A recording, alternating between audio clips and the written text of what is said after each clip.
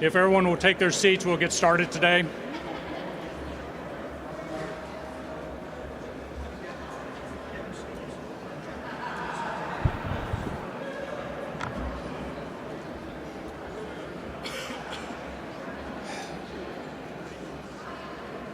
Good morning.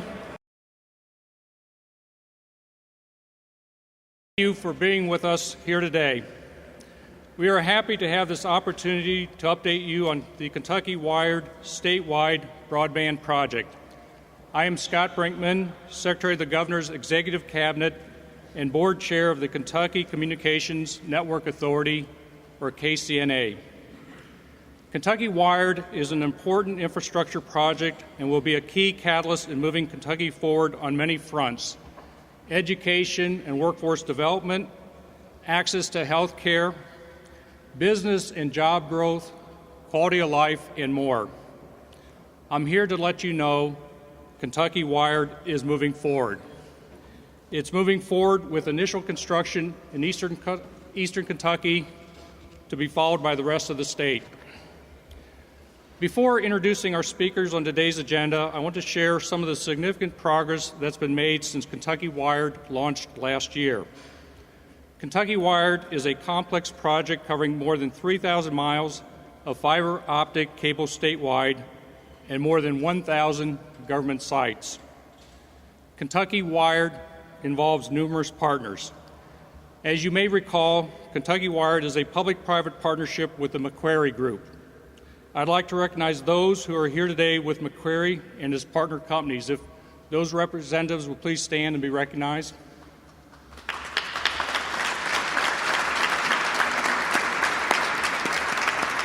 Thank you. We are committed to using existing infrastructure whenever possible, which means we are working with partners throughout the state. An example of this is the pole attachment agreements that the Commonwealth has negotiated or is negotiating with local and regional utility companies, telecommunications entities, and others, both private and public. Nearly 70 companies in all, encompassing 82,000 poles. The Commonwealth already has pole attachment agreements in place for 63,000 poles, or 76% of the total poles necessary for this project. We have representatives here today from several of these current and future telecommunications and utility partners. I'd like to take this time to recognize them and thank them for their willingness to partner with KentuckyWired. They are critical partners and will impact the success of the network. If those representatives will please stand and be recognized.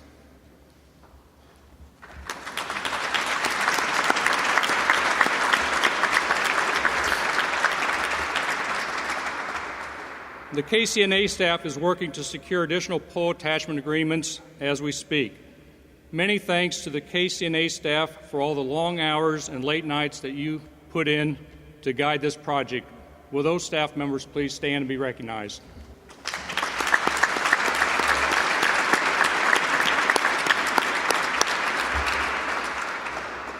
I also want to thank the General Assembly for their support of this project. I believe Senator Embry is here.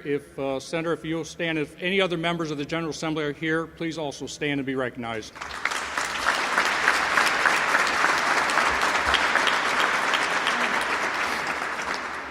Not only are we dealing with thousands of poles, our team is heavily engaged in planning, designing, and engineering. Here are just a few more numbers to share with you. To date, more than 1,000 site walks have been completed. This includes more than 670 government agency locations, more than 70 KCTCS campuses, all state universities, and additional miscellaneous sites such as the Center for Rural Development in Somerset. These are just a few of the key statistics supporting this project. At this time, I'd like to turn the podium over to a man who is truly committed to making change and creating an environment in which Kentucky's citizens and businesses will thrive and prosper.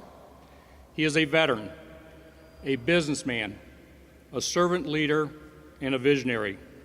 It is my honor and pleasure to introduce Governor Matt Bevin.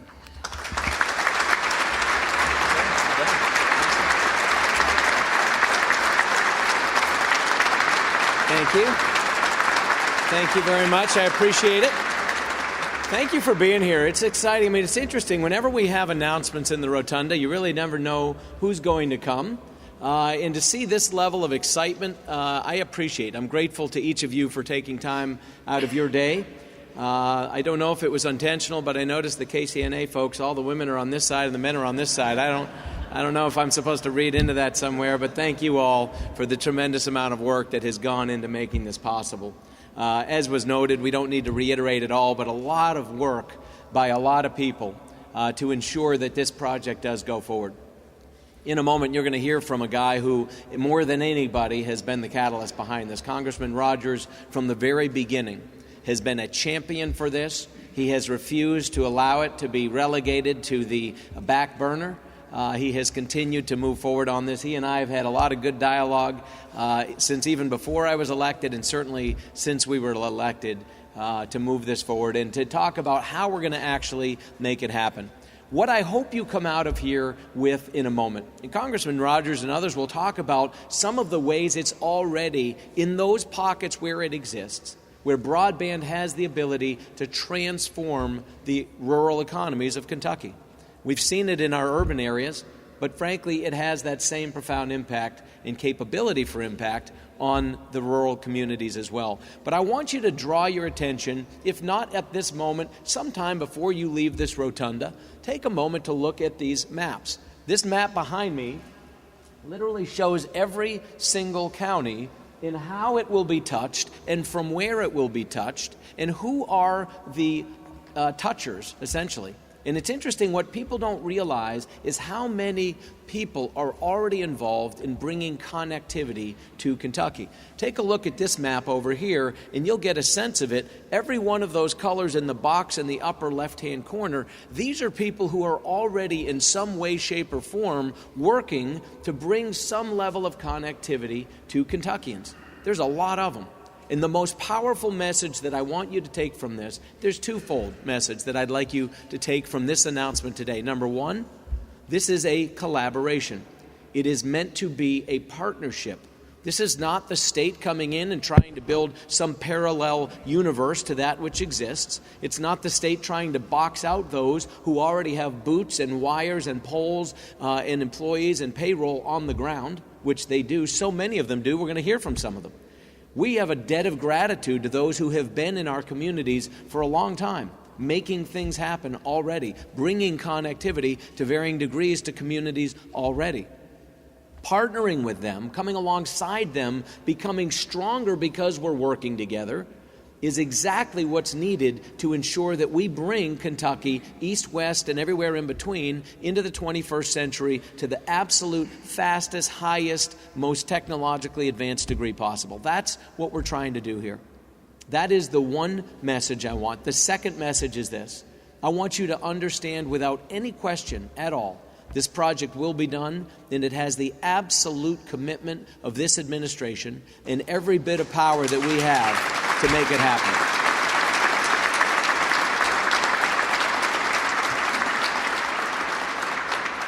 The exact timing is still largely on target. We expect the entire project is about 4 to 8 months behind what we had initially hoped it would be, and in some measure that was to ensure that we actually have the partnerships and that we're not moving in parallel but in combination with the folks that we mentioned a moment ago. We will start already. Things are being done. You'll hear about that in a moment. But the reason we are committed is because I believe so much not only in the vision of this happening, not only in its ability to come alongside other programs that we have, like the red tape reduction, like the workforce initiative, $100 million, like the apprenticeship programs that we have in place. These are the types of things that we are putting in place to ensure that Kentucky is the preeminent center of excellence for engineering, for manufacturing, for service, for logistics and distribution. This is something that we are going to be to an even greater degree than we are now. Kentucky will be the hub of excellence for America on this front. It cannot happen without broadband. It cannot happen without a strong technological infrastructure.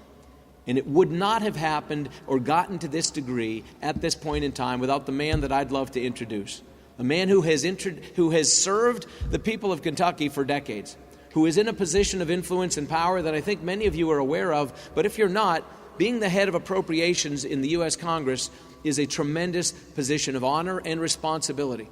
We have been fortunate, frankly, to have his leadership. Congressman Rogers has served us for decades now, and he has served us well. He's a man who knows Eastern Kentucky, is from Eastern Kentucky, and has committed his life to serving those that he grew up with and those that he continues to live with. And it is my pleasure to introduce to you the driving vision behind much of what we're talking about today, Congressman Hal Rogers.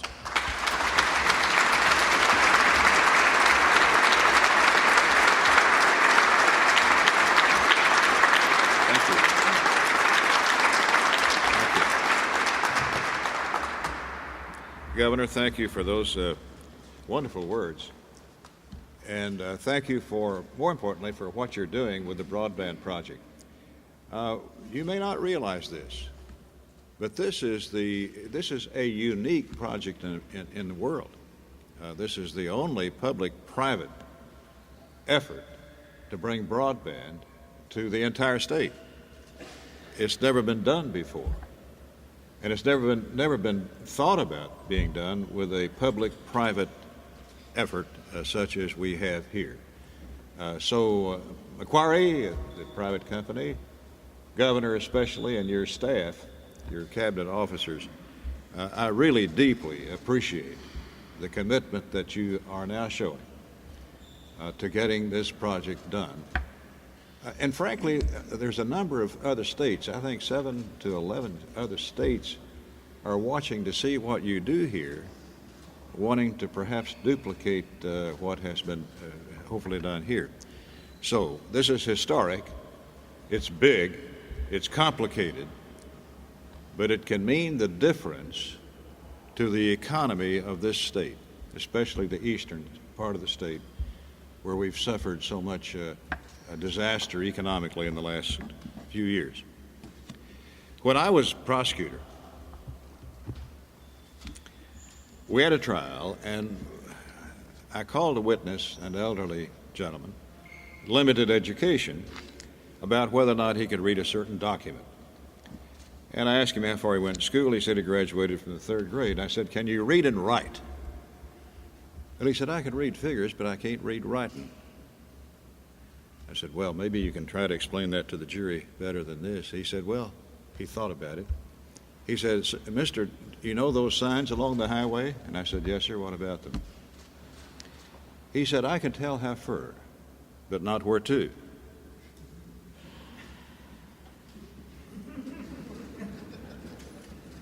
Now, I can see how far this KentuckyWired can take us. And I know where we're going. So I know both where to and how far. In eastern Kentucky, there's a couple of counties that are the poorest in the nation. 6,000 people or so apiece in those counties, very poor. But the local telco has put together a broadband program for those two counties. And the last count I heard last week was they were up to 200 jobs now of people working out of their homes for Google and Hertz Rent-A-Car and so forth.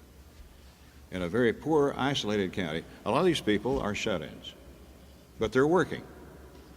That's also true in a place like at Mount Vernon, where we've been able to convince the Veterans Administration to do their digitizing of all medical records of servicemen who are seeking benefits.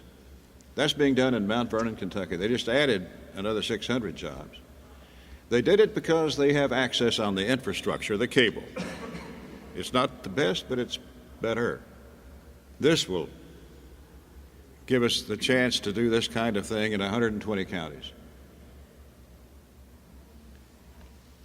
My concern and my hope and dream is that we can make this happen beginning in eastern Kentucky, where the idea originated and where the need is the greatest, but go statewide. Kentucky's super I-way, innovation, invention, investment, I-way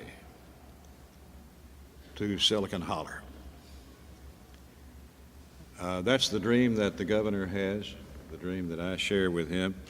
And in this high-tech age in which we live, broadband is just as essential anymore as water, electricity, health care, education, and so forth. Let me put the need for broadband into some perspective for you in eastern Kentucky. We've lost more than 11,000 really good paying coal mining jobs over the last 8 years in our region alone. Rest of the state has suffered immensely as well. Over in Leslie County, there's less than 200 coal miners still at work in that heavy coal mining county. There's no coal mines left in Letcher County. If you'd told me that 5 years ago, I would have thought you nuts. Not a single job. The war on coal is real. It has devastated our small rural communities that have relied on those incredibly good-paying jobs for generations. In fact, it's the heart-wrenching stories of each laid-off coal miner looking for a way to put food on the table and pay the bills that spurred the people of our area to unite together under the umbrella of SOAR, shaping our Appalachian region that the governor and I have the pleasure of co-chairing. Broadband has been the common thread among every SOAR committee and every meeting, from education to economic development to health care, or you name it. SOAR has generated a higher level of ingenuity and determination that I've ever seen before, and it continues to grow as we speak. The result is this super highway, which is now Kentucky's largest public policy initiative in the history of the Commonwealth. It's complex. As you can see from the maps, there's a multitude of strategic partnerships and engineering feats that are required to connect every county in the Commonwealth. We have an unprecedented level of public and private partnerships and funding in place, including $23.5 million federal dollars that we were able to secure to bring the DREAM project to fruition. So I want to applaud today Governor Bevin, Secretary Landrum, Secretary Brinkman, the Kentucky Communications Network Authority, for taking their time to get this project done right. As I said before, this is a complicated project, never before done anywhere. And we've been asking that it be done in record time, and we still do, but we understand that we have to work some intricate details. More specifically, I appreciate the governor's commitment to make eastern Kentucky the first priority for the project, to start there and then move it around the state. I also want to applaud the Center for Rural Development at Somerset. Executive Director Lonnie Lawson is with us. In fact, this was his idea a long time ago. And he's led the eastern Kentucky phase since day one and serving as an advocate for our region and the program around the state. When we first started talking about broadband during discussions with the SOAR Executive Board, my good friend Jim Host immediately predicted that this project would, quote, change the fortunes of economics for East Kentucky, quote. And he's right.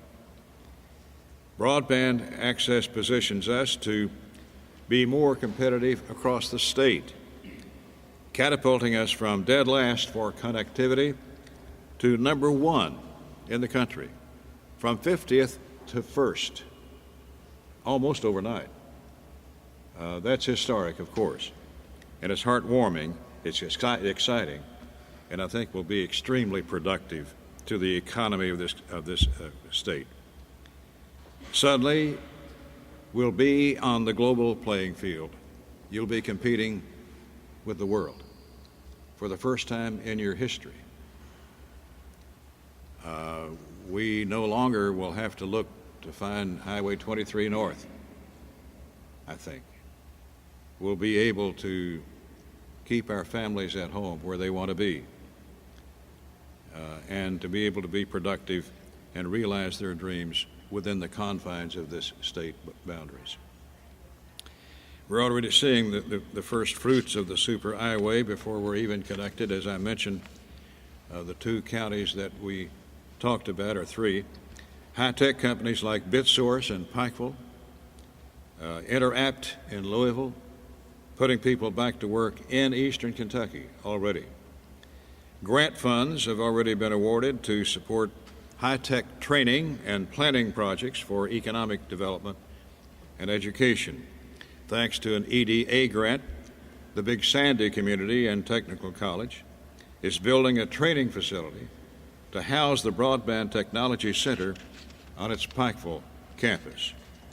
They're working in partnership with the University of Pikeville and the Eastern Kentucky Concentrated Employment Program, EXEP, to house the Kentucky Regional Telecommunications Installation and Maintenance Training Program.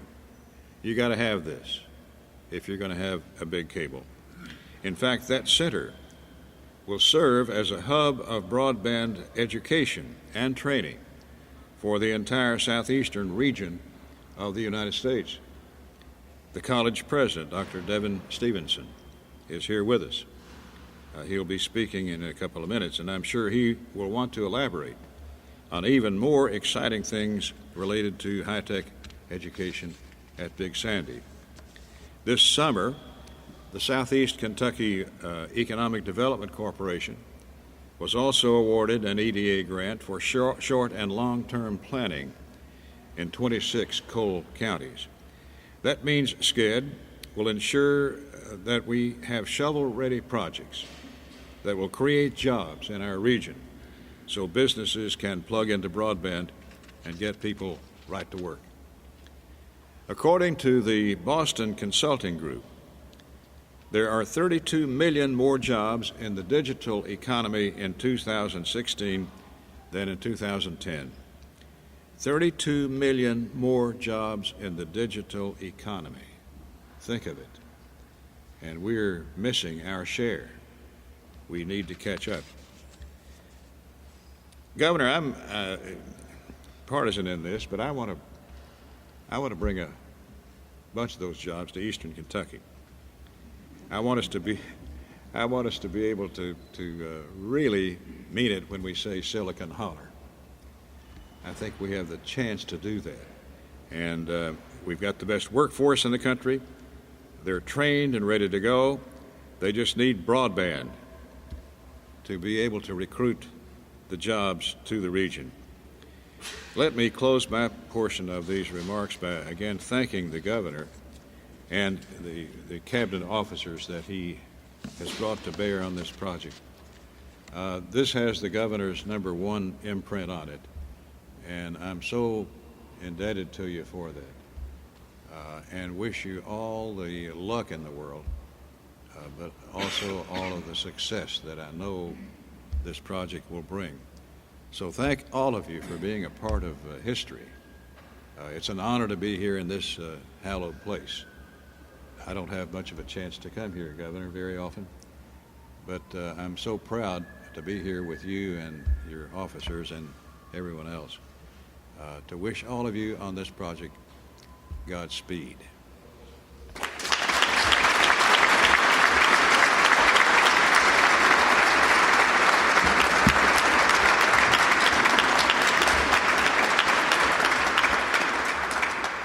Congressman Rogers, thank you for your vision, leadership, and unqualified support of this project. And on a personal note, please, I want to thank you for making your team available to help us with every step of this project. Thank you. This morning, I've already mentioned partners and partnerships. Today, we are celebrating two new key partnerships that are critical to moving KentuckyWired forward in eastern Kentucky. The first is our agreement with Cincinnati Bell, which covers 166 miles of fiber in 5 northern Kentucky counties. Cincinnati Bell is also the provider that will link KentuckyWired to the main worldwide web gateway located in Cincinnati. Please welcome Mr. Ted Heckman, Managing Director, Regulatory and Government Affairs with Cincinnati Bell. Ted. Ted.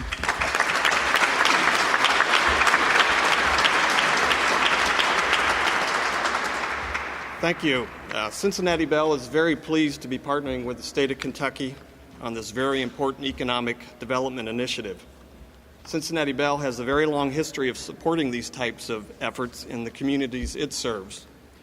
We have been in the network business for over 140 years now, and we have been at the forefront of and cutting edge of the technological changes over those years. We were one of the first to install SONET technology in 1992. We were one of the first to deploy Metro Ethernet in 1994. And in 1997, we did one of the first installations of ADSL. And most recently, we've been on an aggressive fiber deployment. Over the past 7 years, we have invested over $700 million in fiber, which has allowed us to pass 60% of the households in our ILEC footprint. That's over 479,000 households. So why am I giving you this history lesson? Well, I want you to feel comfortable knowing that the portion of the KentuckyWired network located in northern Kentucky is in very good hands. When this opportunity arose to bid on this portion of the network, our carrier services organization seized that opportunity because they saw that this could be a win-win-win situation. KentuckyWired wins because it gets to save money as well as get a state-of-the-art network. Cincinnati Bell wins because it gets to make a good investment for its shareholder. But more importantly, the constituents of Kentucky win.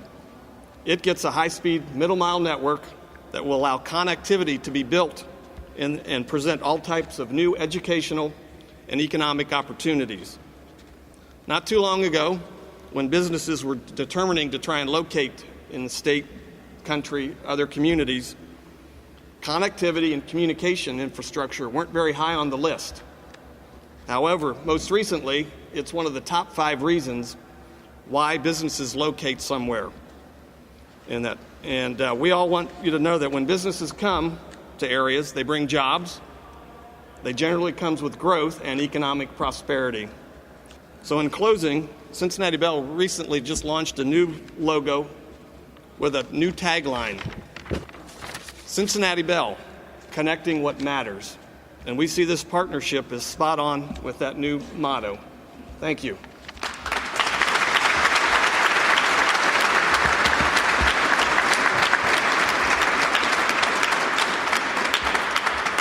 Thank you, Ted.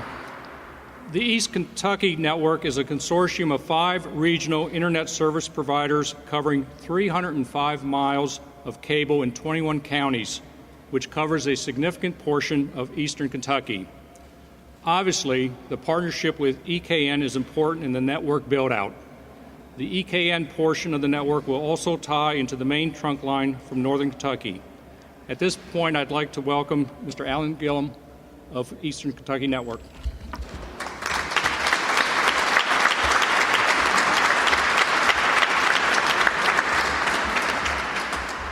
My name is Alan Gillum, and I accepted one of the hardest challenges maybe that I ever have in my life when I agreed to come here, and that my invitation asked me to come and speak for 2 minutes. So we'll see where I end up at.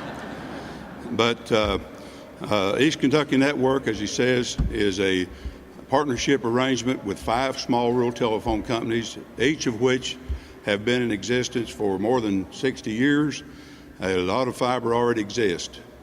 He mentioned 305 miles. That's the portion that we're prepared to add to work in conjunction with what the Commonwealth's going to do and what they're going to build. But before we start that, we've got approximately 6,000 miles of fiber in place today as I speak. So this gives us an opportunity to take what we've been building on for years and years and years, take what the Commonwealth's going to build, and bring these things together so that they complement each other and not be butting heads with each other, but be able to take these and bring them together and really improve what's available to the people in Eastern Kentucky. And we appreciate the opportunity to work with the Commonwealth on this and look forward to this. We commit to do the absolute best that we can for the folks in Eastern Kentucky. Thank you.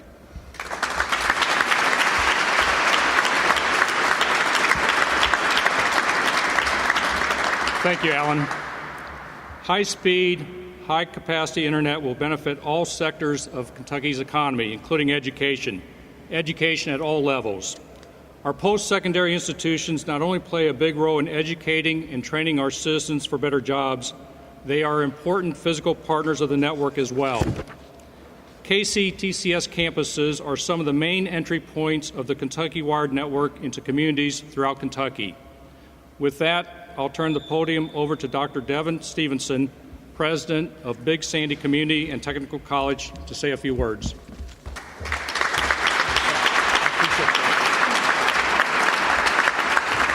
Thank you, Scott. Also to Governor Bevin and Congressman Rogers, this is a great day for the Commonwealth, a great day for Eastern Kentucky, a great day for Kentucky. As a president of a college, I believe transformation occurs in its purest form when change and collaboration collide. The installation of world-class fiber not only provides connectivity, but it now makes the beautiful mountains and valleys, especially in Eastern Kentucky, which we call home, relevant to investments in our remarkable and work-ready human capital.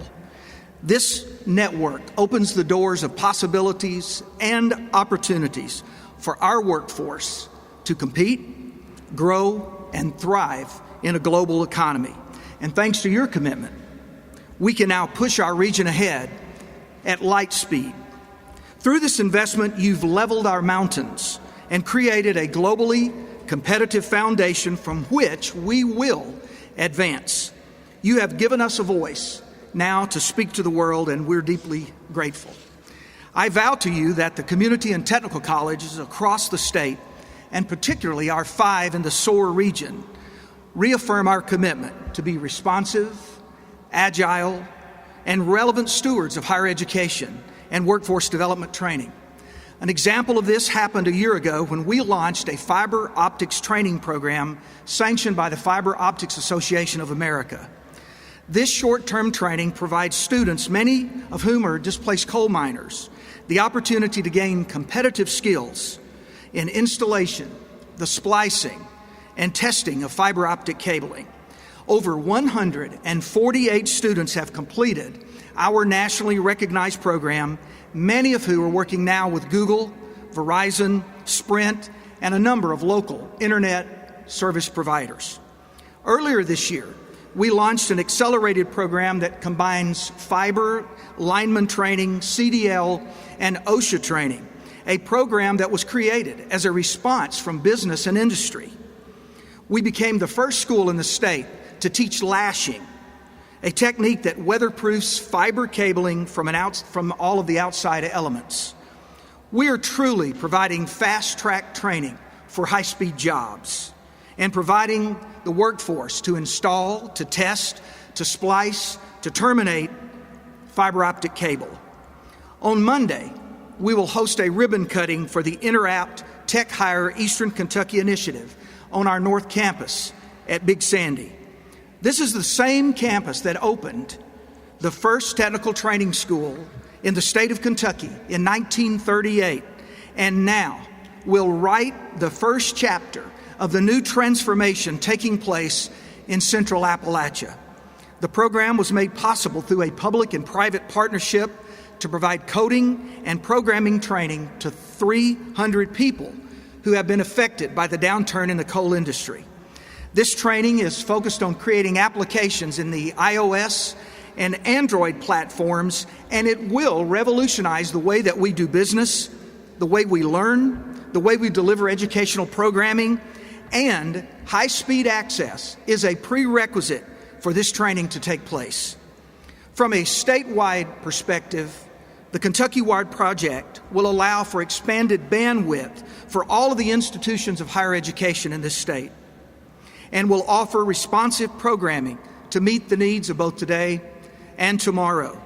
Additionally, new teaching methods are now embedding network-connected technology in classrooms to enhance collaboration opportunities between the faculty and students, leading to improved student outcomes. Our download speeds will be faster. Our online digital platforms will have expanded functionality, and this technology will exponentially improve student engagement. Governor Bevin, Congressman Rogers, you have laid out a plan of transformation for Kentucky. And as Congressman Rogers says, we must plan our work and work our plan. I encourage all of you to look forward today, forward at the opportunities and the possibilities, not the obstacles, not the barriers, not the impediments, of what true transformation can impact us, our children, and for generations to come. The implementation of the KentuckyWired project will allow our entire Commonwealth, from Pikeville to Paducah, to stand unified on the right side of the digital divide. Thank you.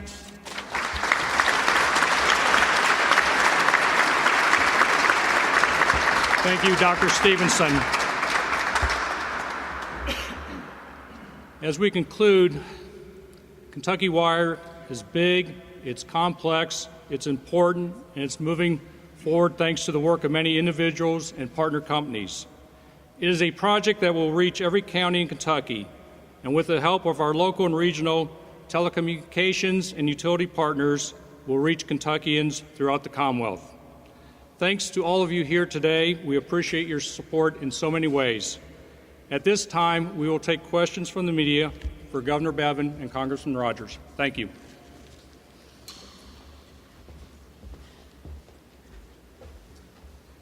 Yes. Governor, I know earlier this year you had expressed concern about the financing of this project, mostly stemming from the contract to provide broadband to public school districts. Has that issue been resolved? It has. And again, it wasn't the financing was there. I mean, the bonds had been sold, but the cart got in front of the horse, unfortunately. There was an assumption as it related to how, in fact, the debt repayment would be funded that assumed that certain contracts that were very nicely ensconced in the hands of certain entities, for example, to provide broadband to our public schools, that they would somehow volitionally say, hey, take our 20-year contract and, yeah, sure, you can have it to pay off the debt on this other project. Well, that was a poor assumption to have been made by those that preceded this administration. All that to say is that we needed them as partners, not as adversaries. That has been resolved. I'm delighted by that. Some of that you've heard made mention of right here. This is just, these two gentlemen right here are two of the examples. There's a whole litany of them there. And Secretary Landrum has done a stellar job in making sure that we reach out to each and every entity that already has wire and poles and people on the ground to ensure that we are partnering with them, because this is going to allow us not only to move more quickly, but more effectively, and to ensure that we're not spending all our time making something that competes with those around us and end up with something that technologically is outdated by the time it's implemented. Now, by going in partnership, we're actually going to be doing things on a cutting-edge front and doing it more quickly and more effectively. So it has been resolved. I'm happy for that. It's part of what has led to the delay, getting those contracts in place, getting the financial necessities in place so that we can work with our partner to ensure that there is a good return for everybody involved. Have contracts been rebid? No. We're not assuming that those contracts are going to be taken.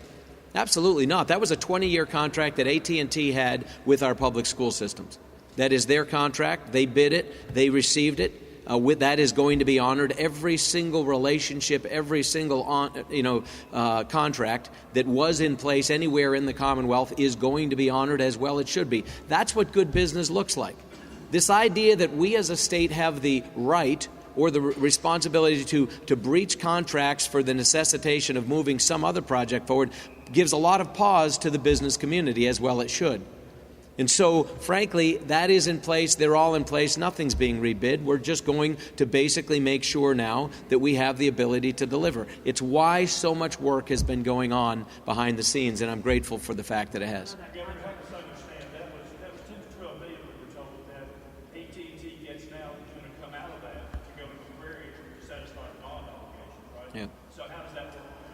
Again, this gets a little bit to know. We know, this is kind of the opposite.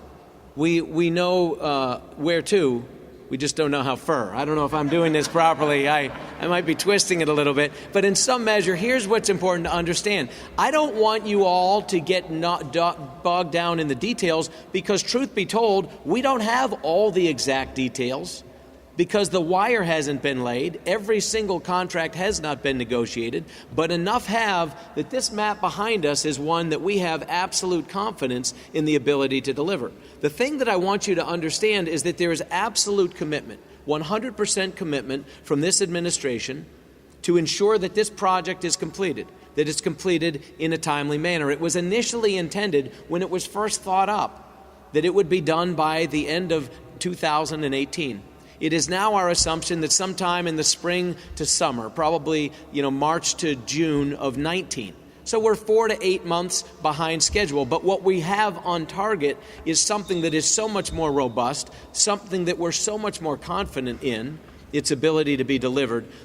Who exactly has which dollar benefit from every contract will be somewhat dependent on a whole variety of things that we have no control over. That was sort of seen as a sticking point earlier that revenue wasn't going to be available to service the debt. Yep. Just trying to figure out if it's there now. I mean, there was some discussion on the state. No, I mean, the debt here's what needs to be understood, and I hope you all appreciate this, and Congressman Rogers, as the head of appropriations in the U.S. Congress, appreciates this. When you sell bonds, you owe people what you promised them. The state of Kentucky is obligated to repay the debt that we have incurred by issuing those bonds. We are going to do it, period. And it'll be done, frankly, in a way that's actually good, and ultimately, because of this infrastructure, it's going to drive business. As Congressman Rogers said, this is becoming critical. It was, I forget who mentioned it, top 5, I think you said it, sir. One of the top 5 things that businesses are looking for is the ability to be electronically connected in the 21st century. We will build it. They will come. Their use of it will drive the revenue associated with what's needed to pay this debt back. You guys are being question hogs now. You got some... I assure you, when you, in all seriousness, Adam, if you believe that you borrow $283 million in debt and only need $12 million to pay that back, I would encourage you to realize it's a lot more complicated than that. Don't get hung up on $12 million. We have hundreds of millions of dollars that's associated with this. Again, it is not our intention to do so. It is our intention for this to be a network that cash flows itself. I believe that it can. We believe, based on the conversations that we've had, that it will, but only time will tell. I don't have a crystal ball, nor does anyone, but it would seem that if we do what we're able to, in conjunction with the partners that we're working with, in conjunction with Macquarie and others, that yes, this is a project that will over time, more than pay for itself because of the economic opportunity that it will create. Other questions as well on any fronts, Congressman Rogers? You said it's being delayed a little bit behind the what are the different... You see in that upper left-hand box, conversations really had not occurred with any of those people. They should have. They should have occurred before the bonds were issued. We got a little ahead of ourselves. It's all good. The reality is, the important thing to understand, and this is what we've talked about, and it's why we wanted to do this press conference. When you sometimes go silent, people get nervous. People are worried. People think maybe they're not committed. Maybe this project isn't really happening. The reason there has been some semblance of silence, radio silence, is because Secretary Landrum and others have been busting their tails, having conversation after conversation after conversation with some of the bigger players here that have spoken, but some of the peripheral players as well. Large and small, these gentlemen, other folks, at Appalachian Wireless, and Windstream, and fill in the blank. I mean, names you know and names you don't know. Take a look at those names. I assure you, there'll be companies on there you've never heard of. But we've got to ensure that we have relationships with them for this to effectively work, because they're the ones who touch every single one of these communities. I would encourage you, take a photo. For those of you in media, take a photo of this map and publish that as part of what you put out there. The public will be grateful. They'll appreciate it because they'll follow threads into their counties or counties they care about. This is an important thing, and to understand where it's going to be coming from. You'll see little stars on there. These are essentially the routers, for lack of a better term, from which that connectivity will come. Take a look at these maps. Share this information. That is the purpose of this. We are a bit behind because we've gotten the cart back behind the horse, but in the end, we'll be better for it. Much better, much better. Other questions? Can you tell us briefly, Governor, how are these partnerships trying to work out the major difference from this plan to the earlier plan? Or is there some other? No, I mean, I think the earlier plan, and Congressman Rogers, feel free to weigh in on this if you'd like, but I think we've always intended to wire. I mean, the very beginning, as he said, and he is a little biased, and I don't blame him. It's what he's paid to do, is be biased and represent his people, but the intent was always to wire Eastern Kentucky. There are economies of scale that come from basically doing the whole state. And we've talked about it. It doesn't make sense, frankly, economically, to do less than rather than more than. Sometimes less is more. Here, there's economies of scale associated with connecting those middle miles. There's three parts. And when you hear these terms, there's the trunks, there's the middle mile, and there's the last mile. What these gentlemen are focused on is that middle mile. Feeding off of that trunk of connectivity to the middle mile, those are some of the red lines that you see here. And then some of those last miles are done by some of the local players. Those are some of the blue lines that get us right into the communities themselves.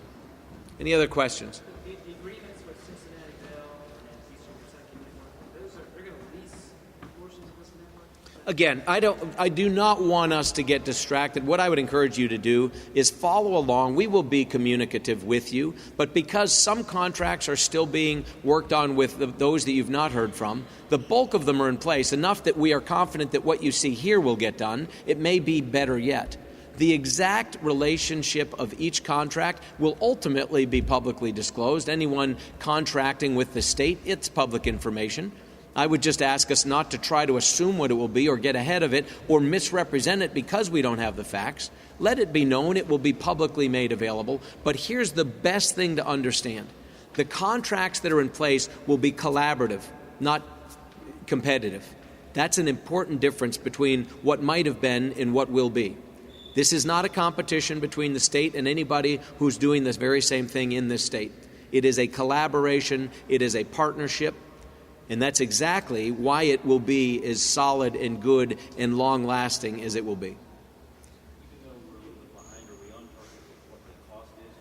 Yes, absolutely. I mean, that, again, the intent is to do it for what was initially intended. We're not going to issue additional debt. In fact, we have a contract that basically says as much. Macquarie has committed that they are going, and I think, and there will be, I would love to tell you, this will be the last thing you'll hear from us. You'll hear plenty from us along the way. We'll keep you posted. But I think what is important is that I think they feel better as well, ensuring that their ability to deliver is not going to be fighting against some of the people we need as partners. So it's good.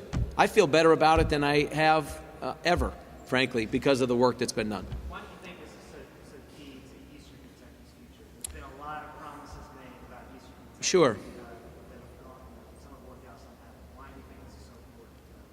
I'm going to let Congressman Rogers address that, and I'll add to it if I want. But, I mean, there's nobody who knows that community better than him. We live in a whole new age. The age of the Internet, the age of ideas, information sharing and processing and polishing.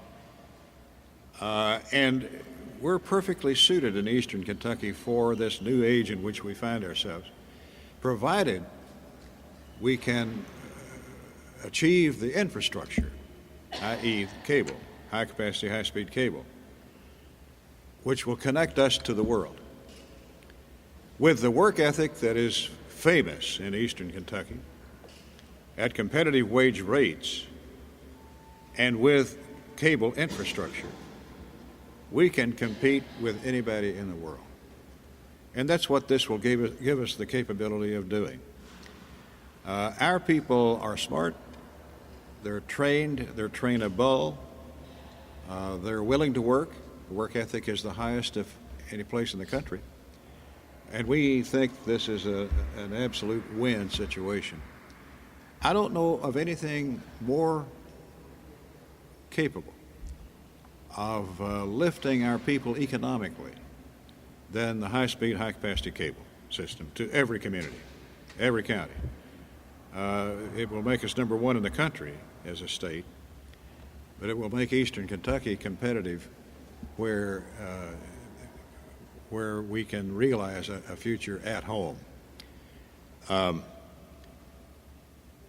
Just for example, U.S. State Department has their visa application center in Williamsburg, Kentucky, on a decent cable, but not the best, but a decent one, enabling them to compete.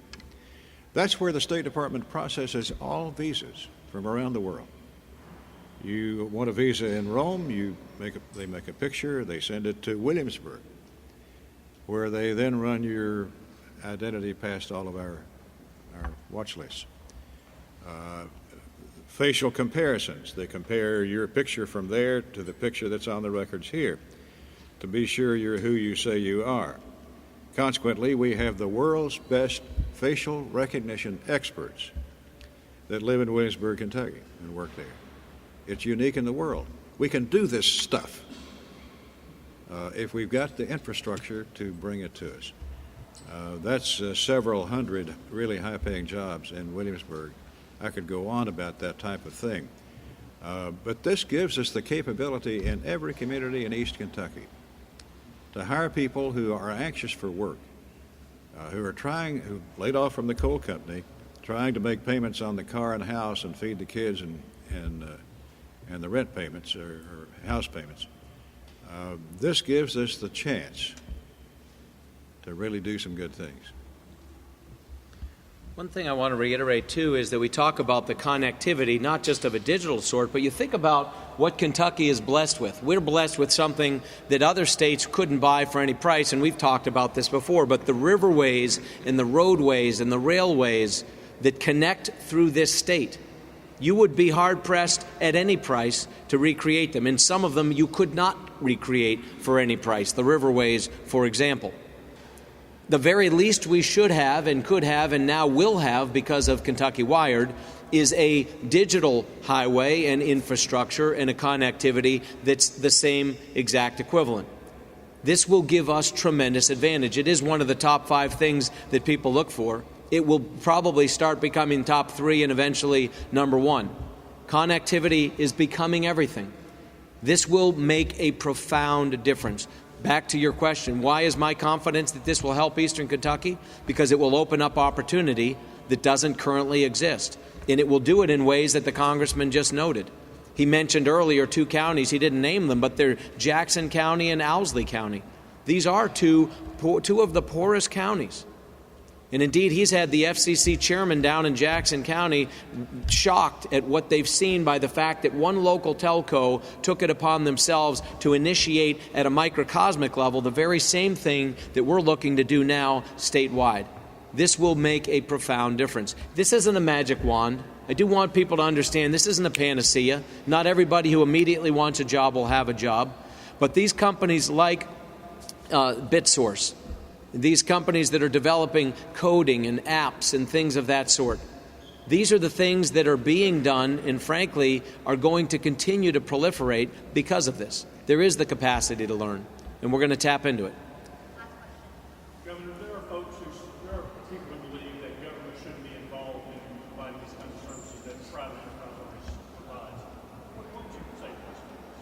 I mean, for people who don't think that the government should be involved in creating economic opportunity for their citizens, that's a remarkably short-sighted view, is what I'd say to that. There are also people these days that say the government should not be involved in building interstate highways. This is the new interstate highway of our age. High-capacity, high-speed cable is today's interstate highways. And this is a unique arrangement, a public-private effort to wire this state into the future.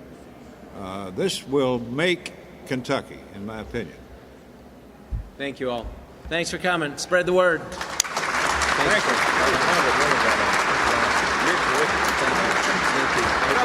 Thank you very much. So much. Thank you. Thank you. Good to see you again. Come visit us. I will. It's so do funny. that. I'm going to try. Good job. Thank you. All right, this interact is going to be phenomenal.